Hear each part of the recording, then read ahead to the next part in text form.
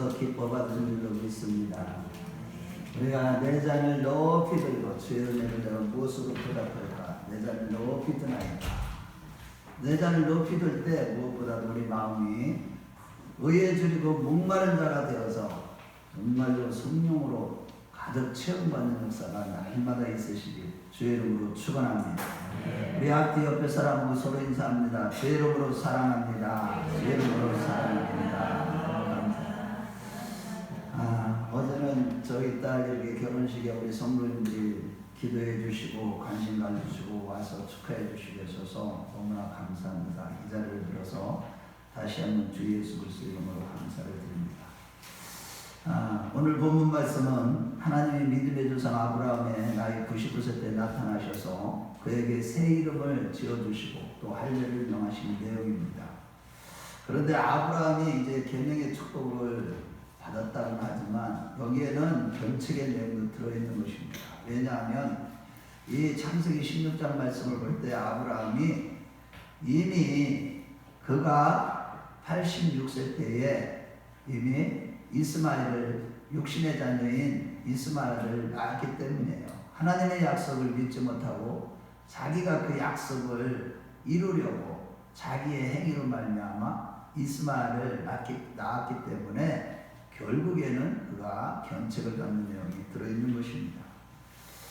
그럼에도 13년 후에 이제 하나님께서 다시 그에게 나타나셔서 이스마엘을 낳은 지 13년 후에 99세 때에 그에게 나타나셔서 그에게 새 이름을 주시고 약속의 자녀를 또 얻게 될 것이라는 그런 약속을 주신 것입니다.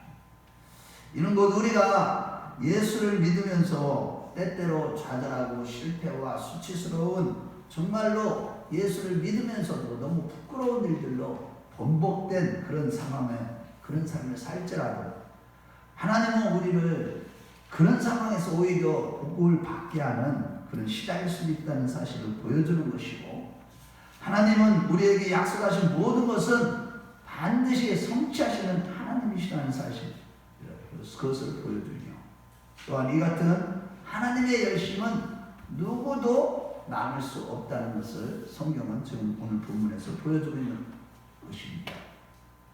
첫째로 이 하나님의 열심은 새 이름을 지어주는 열심이에요.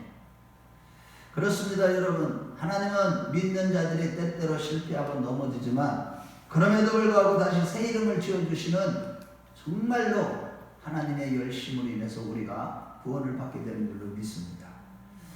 먼저 오늘 본문 1절 말씀에 보면은 나는 전능한 하나님이라 너는 내 앞에서 행히 완전하라 이 말씀을 하셨는데 왜 하나님은 내 앞에서 행위를 완전히 하라 이런 말씀을 하셨을까요? 왜 이러한 책망 섞인 말씀을 하셨을까? 이는 무엇보다도 아브라함에게 창세기 15장 5절 말씀에 보면은 하늘을 우러 물결을 셀 수 있나 보라 내 자손들이 이와 같으리라. 그러니까 하늘에 물결과 같이 많은 자손을 주려라는 약속을 주셨고 창세기 15장 6절에는 아브라함이 그 하나님과 하나님의 약속을 믿으니 하나님이 이를 의로 여기셨다 이런 말씀을 하셨습니다. 그런데 얼마 지나지 않아서 1년 뒤에 그 아브라함에게 이러한 약속을 주신 지 횃불한 약을 주신 지 1년 뒤인 그의 나이 86세에 이스마엘 육신의 자녀를 낳고 마는 거예요. 창세기 15장 15절에 16절에 기록하고 있는데 그가 아브라함이 하나님과 하나님의 약속을 믿었다면 지금 아기를 지금 낳지 못하는 것으로 인해서 의심하고 두려워하고 이럴 것이 아니고 끝까지 인내하며 참아 기다렸어야 되는데 참지 못하고 내가 그 사라의 말을 듣고 그 하가를 통해서 이스마엘을 육신의 자녀를 낳고 만 거예요. 즉 이스마엘을 낳은 후에 13년 뒤에 다시 하나님이 나타나셔서 아브라함에게 99세 때 나타나셔서 네가 이스마엘을 낳은 사건을 좋게 여기지 아니하셨기에 먼저 책망 섞인 말씀을 하시는 것입니다. 물론 이전에도 그런 실수를 여러 번 많이 했어요. 그 약속의 땅 가나안 땅을 떠나지 말라고 했는데도 불구하고 그가 이 상황적으로 힘들으니까 애굽으로 내려갔을 때 하나님은 그를 책망한 것이 아니라 그때는 여전히 아직도 믿음이 약한 믿음, 거의 믿음이 없는 수준이었기 때문에 책망하시지는 않았어요. 그러나 이스마엘을 낳았을 때는 이미 그에게 하나님의 믿음이 생기고 또 그 하나님 앞에 그 고백을 했던 그 이후의 사건입니다. 그래서 오늘 본문 1절에 나는 전능한 하나님이라 라고 말씀하셨을 때 그 하나님 그 말씀 한마디로 아브라함은 할 말이 없었던 것입니다. 하나님과 하나님의 약속에 대한 그의 불신을 정확하게 지적한 말씀이 바로 나는 전능한 하나님이라는 말씀 속에 들어있기 때문입니다. 즉 아브라함에게 내가 내 아내가 애를 못 낳게 되고 너는 나이가 들어가니까 초조해졌느냐?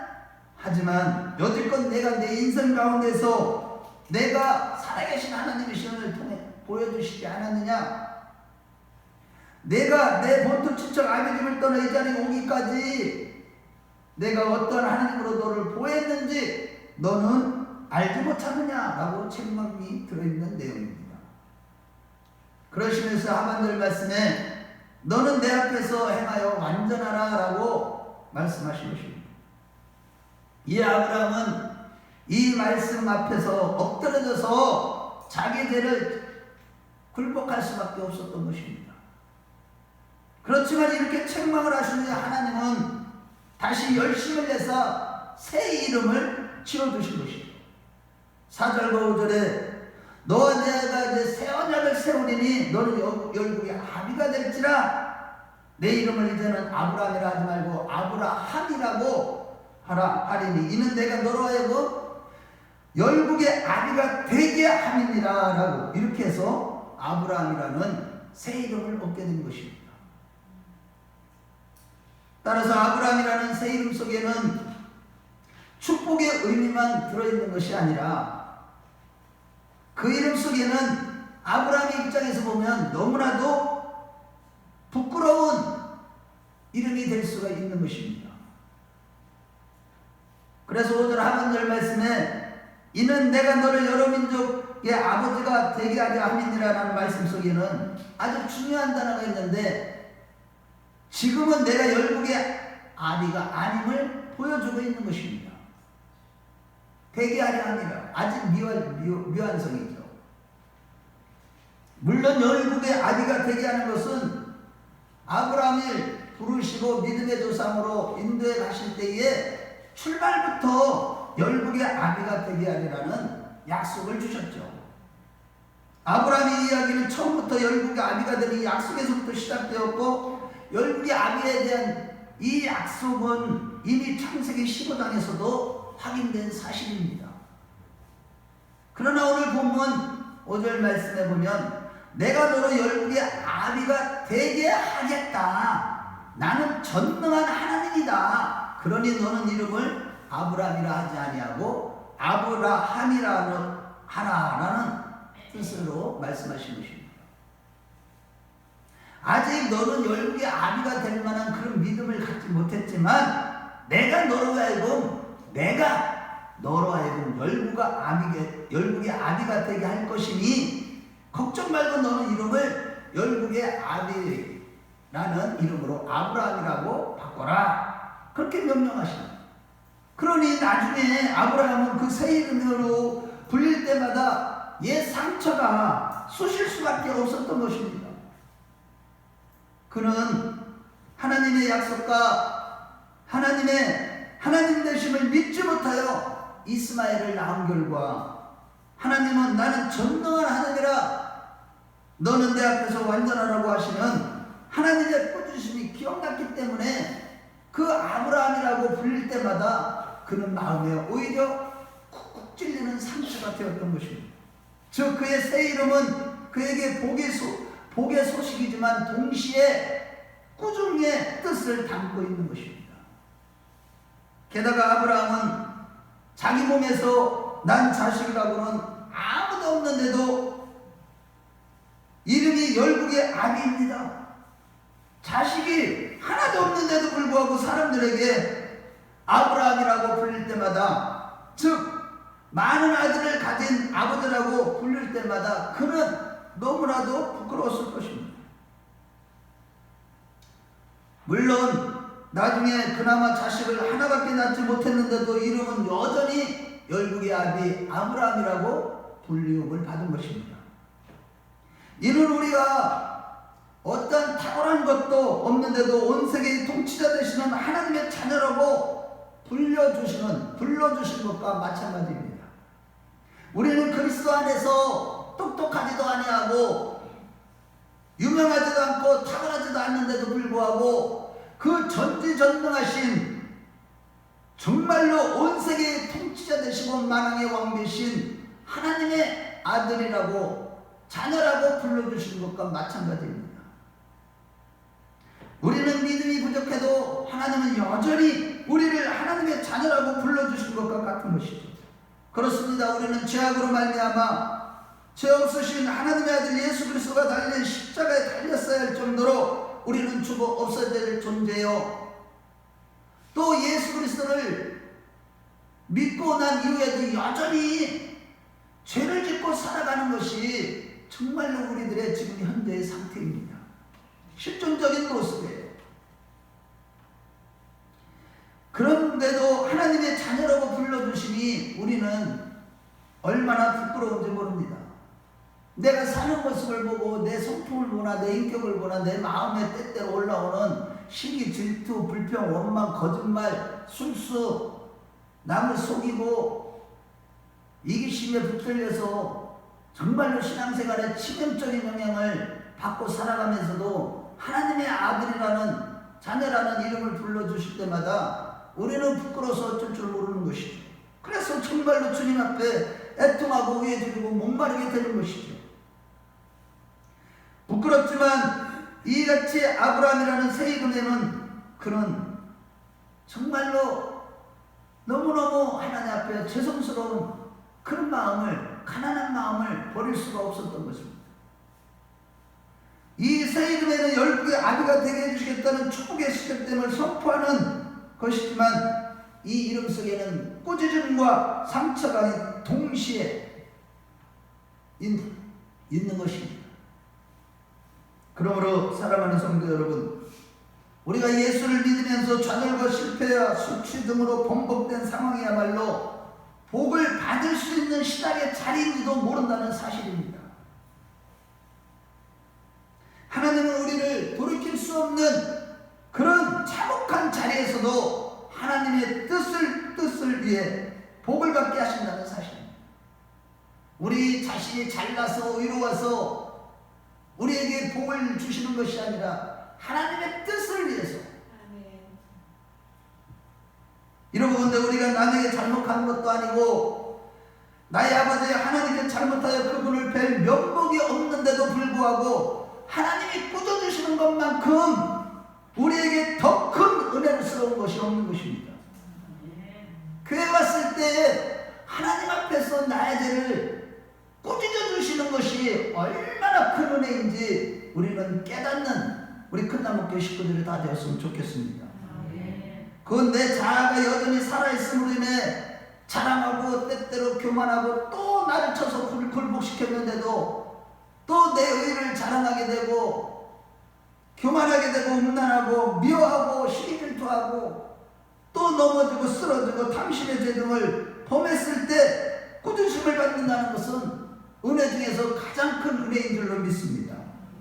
그렇다면 여러분, 지금 믿음 생활을 하시면서 실패하고 부끄러움의 연속인가요?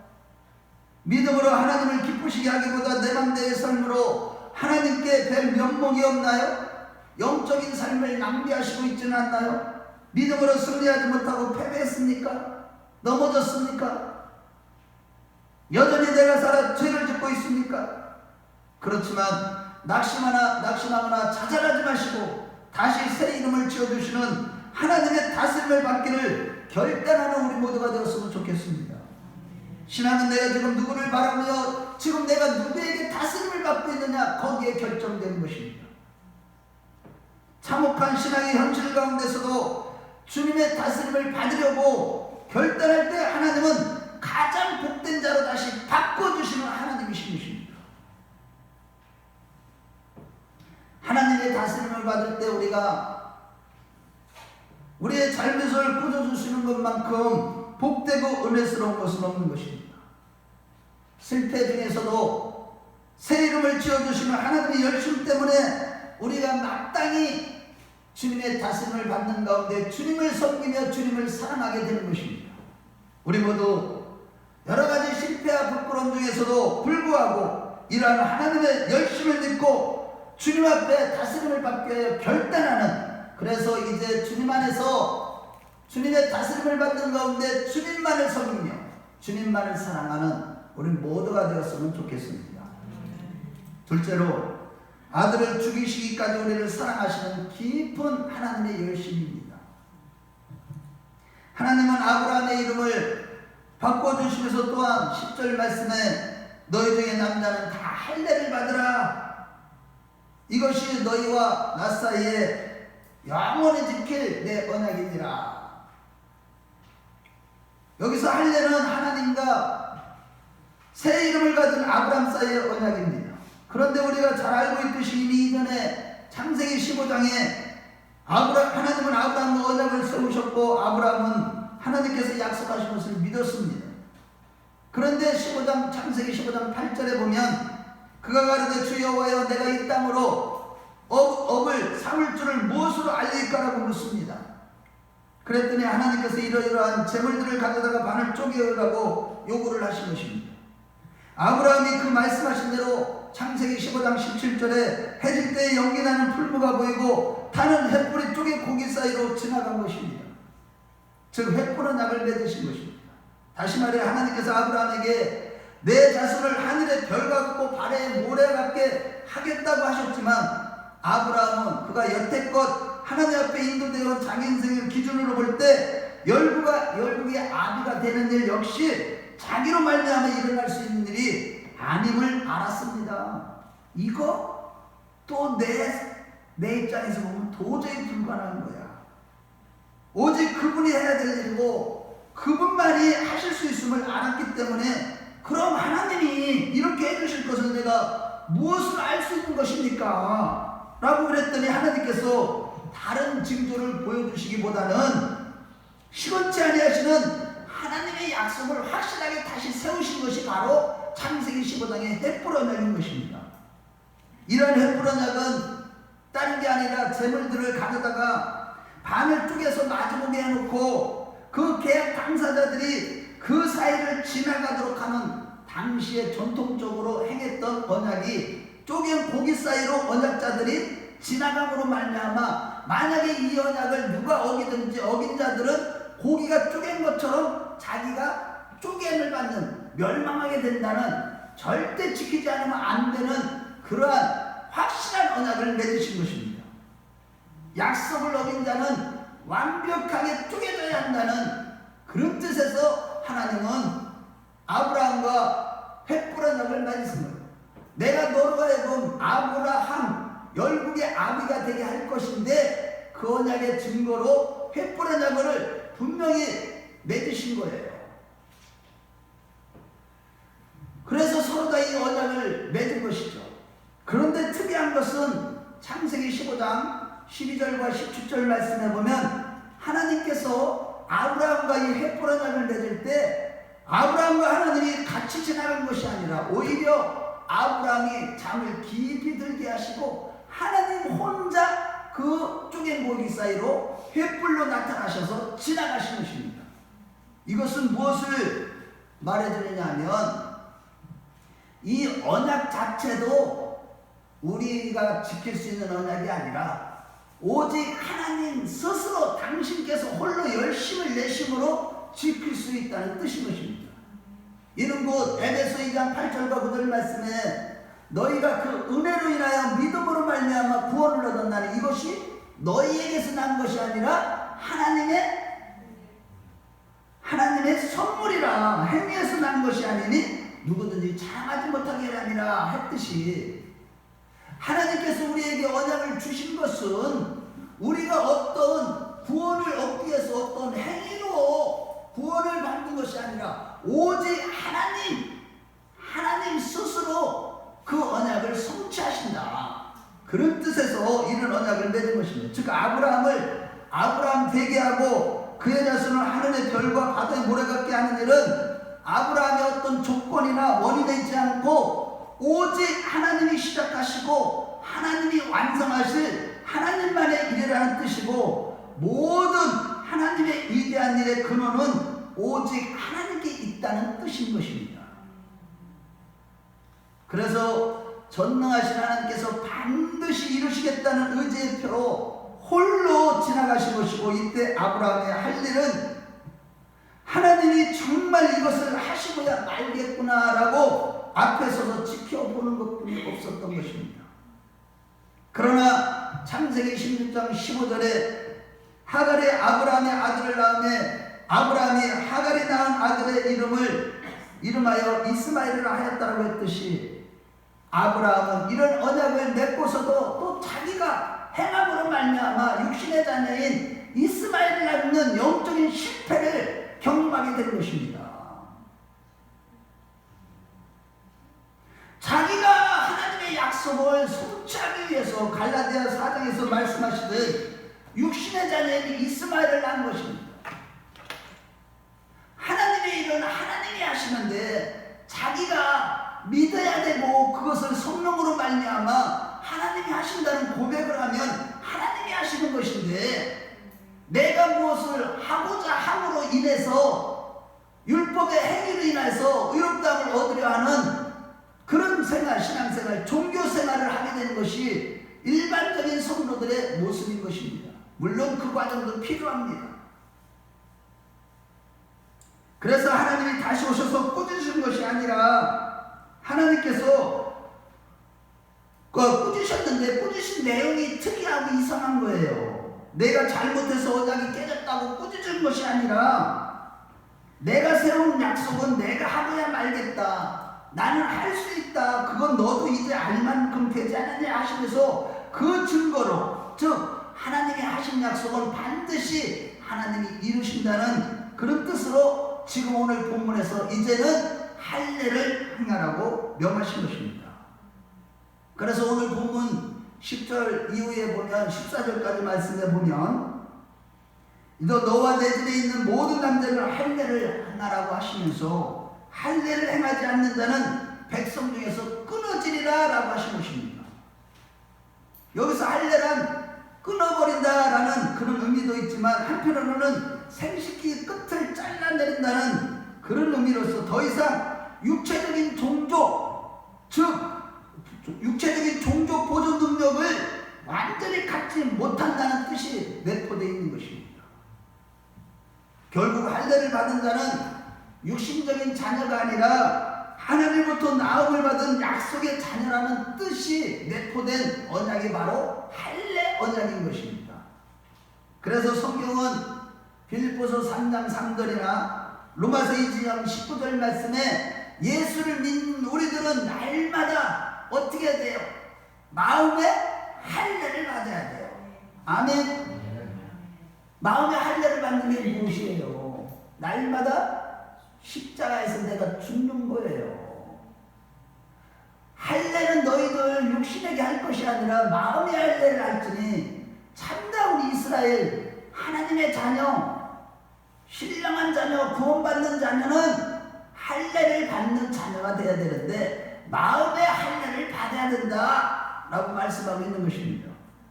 그런데 중요한 것은 할례를 명하신 때가 아브라함의 나이 99세 때 늙은 나이에다가 사는 경수가 끊어졌을 때입니다.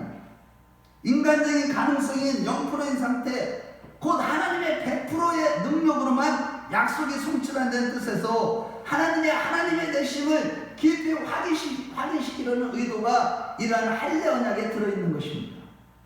즉 할례 예식을 통해서 너에게 이제 자연적인 생산 능력은 완전히 사라진 것이다. 그러므로 이제는 너로 인해 태어날 자는 인간의 생식 능력이 아니라 오직 나의 약속과 능력으로 따라서 태어나게 될 것이다.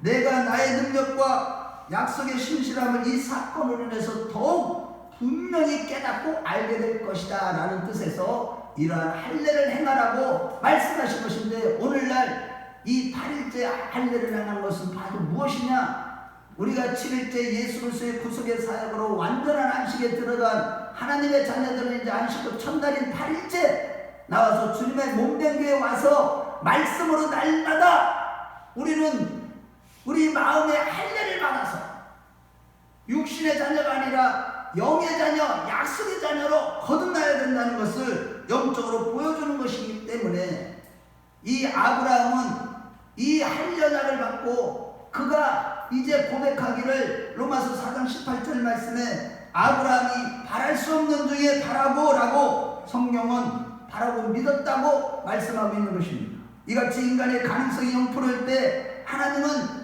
약속을 100% 하나님의 능력으로 성취하신다는 것입니다. 하나님의 일은 그래서 우리가 하는 것이 아니라 하나님이 하시는 겁니다. 이 말씀의 뜻을 잘 이해를 하세요. 그러면 하나님이 하신다면 하나님의 일을 내 안에서 나의 구원하는 일, 우리 가정을 구원하는 일, 아버지 나라를 세우는 일, 주님의 몸된 교회, 신부된 교회를 세우는 일은 다 하나님이 하신다는 거예요. 그 얘기는 결국 우리를 통해서 하나님의 일을 하실 때 우리 안에 그분이 오신 성령으로 오신 예수님이 성령, 그분의 능력으로 우리가 그분의 인도함을 받고 그분의 능력으로만 아버지 뜻을 이뤄간다는 뜻인 것입니다. 그래서 날마다 우리는 말씀과 성령으로 거듭나는 자가 되어야 되는 것입니다. 결국 아브라함은 이러한 하나님의 열심으로 인해서 나중에 아들 이삭까지도 주저앉지도 않고 바쳤죠. 그런 신앙의 높은 수준에까지 올라간 것입니다. 이것은 곧 아브라함이 이삭을 바쳤다는 것은 그 누구를 바친 거예요? 자기 자신을 제물로 바친 거예요. 믿으십니까? 아니, 아들 이삭을 바친 것이 자기 자신을 바친 거라니까.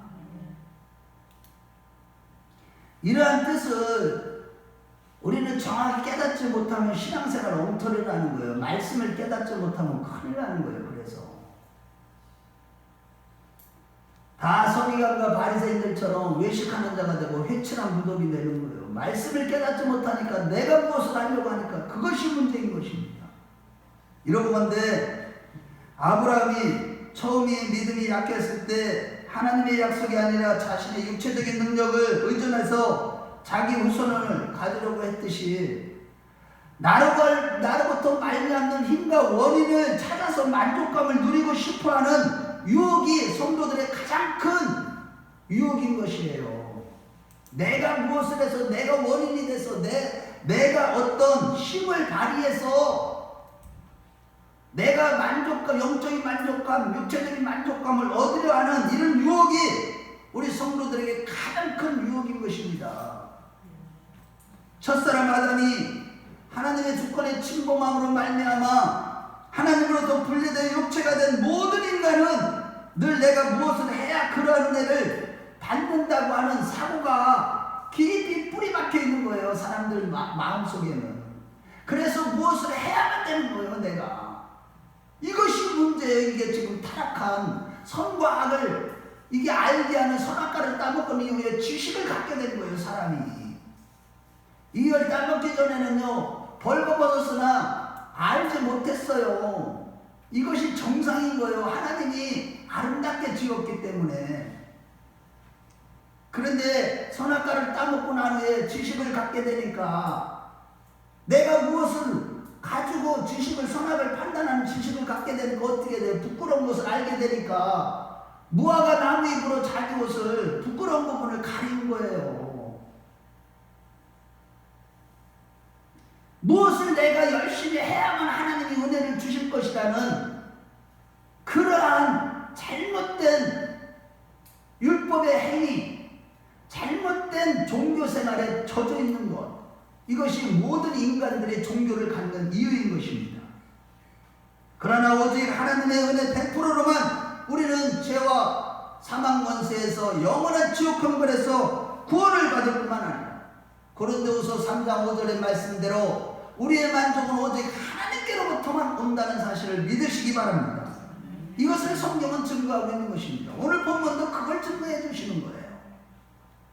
내 능력이 전혀 없는 겁니다. 내 원인, 나의 조건이 0%, 오직 하나님의 100% 조건 100%, 오직 예수로만 천하인간의 구원 얻을 만한 다른 이름을 우리에게 주신 적이 없으실 것입니다. 오직 예수만이 우리의 길이 되시고 진리가 되시고 생명이 되심을 믿으시면 아멘 하시기 바랍니다. 그 예수님을 믿는 믿음이 우리를 구원하시는 것이고 그 믿음이 우리를 하나님의 나라가 되게 해주시는 것입니다.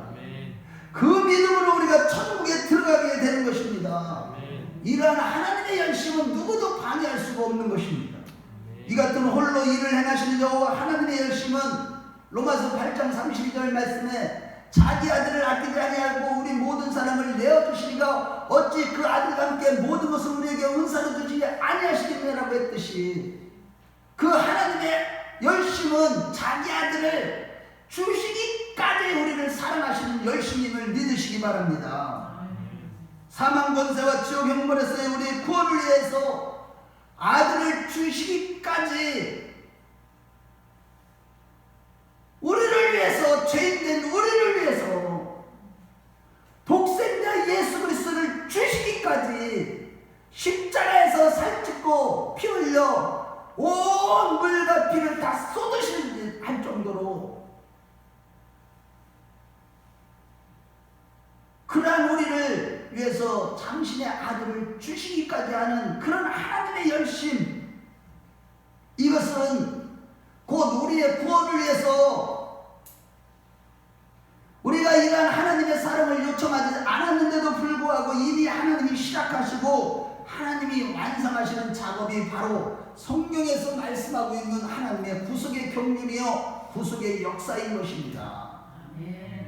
그런데 문제는 이미 그리스도 예수 안에 있는 우리는 아직 구원의 완성이 있는 자리에 구원의 완성의 자리에 있는 것이 아니기 때문에 매일매일의 생활에서 하나님을 영화롭게 하기보다는 실패하고 실수하는 일이 더욱 많은 것이 우리의 모습입니다.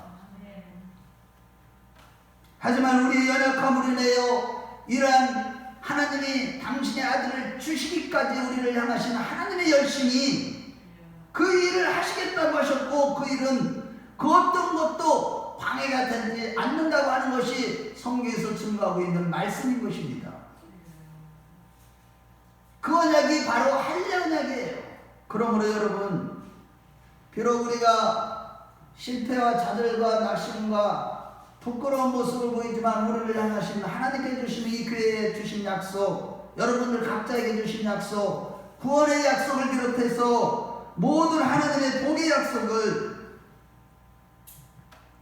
그 받았음에도 불구하고 우리는 실수의 번복이고 실패의 번복이지만 지혜로운 자들이 되십시오. 내가 율법을 지켜서 어려움을 주려고 하는 종교적인 열심의 모든 완악함과 고집을 버리는 자들이 되십시오. 내 능력, 내 의, 내 선함을 내세우는 일에 고집을 부려봤자 우리에게는 이익이 전혀 없고 오히려 고집을 부릴수록 얼마나 더 맞고 돌아오는 것밖에 없는 것입니다. 우리의 믿음의 삶에서 실패와 좌절로 번복이 되는 상태에서 최선책은 고집 부리지 않고 주님 스스로의 열심으로 우리를 구원하시는 주님 앞에 나오는 것이고, 그럴 때 우리 주님은, 하나님은 우리를 책망하신과 동시에 축복하시는 것입니다. 조금 내가, 자 보세요, 저를 보세요. 죄진 것 때문에, 실패한 것 때문에 아버지 앞에 못 나오는 사람들은요, 자의가 가득한 사람들이에요. 이런 사람 천국 못 가요. 우리는요, 실패하고 실수합니다. 넘어집니다. 아니, 넘어지지 않는 사람 여기 있어요? 실수하지 않는 사람 있느냐고. 미워하지 않는 사람이 있느냐고요. 율법을 지키는 사람이 있느냐고. 아무도 못 지켜요. 그럼에도 불구하고 우리가 하나님의 열심으로, 하나님의 은혜로, 성령의 권능으로, 아멘, 우리에게 은혜를 베풀어 주시고 하나님 앞에 나와서 내 의 다 버리고 내 고집 다 버리고 완악한 마음을 깨뜨려 버리고 주님 앞에 불복하고 하나님의 다스림을 받는 우리 모두가 되었으면 좋겠습니다. 그때 하나님은 우리를 때때로 책망도 하셔요. 어느 때는요 너무 마음도 아픈 소리도 하셔요. 그것이 우리를 찔러 쪼개기까지 하는, 그래서 우리의 영과 혼과 육을 완전히 살리시는 하나님의 역사, 말씀인 것입니다. 그것이 없는 말씀은 가짜 복음이에요. 우리가 죄를 짓고 왔는데도 맨날 잘된다 잘된다, 복받는다 복받는다, 천국 간다 천국 간다 하니까 이것이 지금 우리 한국교회를 완전히 타락시킨 것이고, 지금 마지막 때에 내가 믿음 있는 자를 보겠느냐 탄식하시는 성령의 음성이 지금 막 울려 퍼지는 것입니다. 바라기는 우리 큰나무교회 성도님들은 이러한 하나님의 열심을 믿고 더 이상 영적인 삶을 낭비하지 마시고 내 의와 손을 내세우는 완악함과 고집을 다 버리시고 자기 아들을 주시기까지 사랑하시는 하나님 앞에 날마다 나와 회개함으로 나는 죽고 예수가 전부인 자들이 되시길 주의 이름으로 축원합니다. 결론입니다. 하나님은 하나님을 믿었던 아브라함이 믿음 생활에서 실패와 좌절로 번복된 삶을 살았을 때 찾아오셔서 새 이름으로 지어주셨어요. 아직 열국의 아비로스의 모습을 갖추지도 않았지만 열국의 아버지라는 뜻의 아브라함이라고 불러주신 것이죠. 아브라함은 아브라함이라는 자기 이름이 불려질 때마다 과거의 부끄러운 삶을 기억하고 가난하고 애통한 마음으로 늘 주님을 생각하게 되고 믿음으로 살았던 것입니다.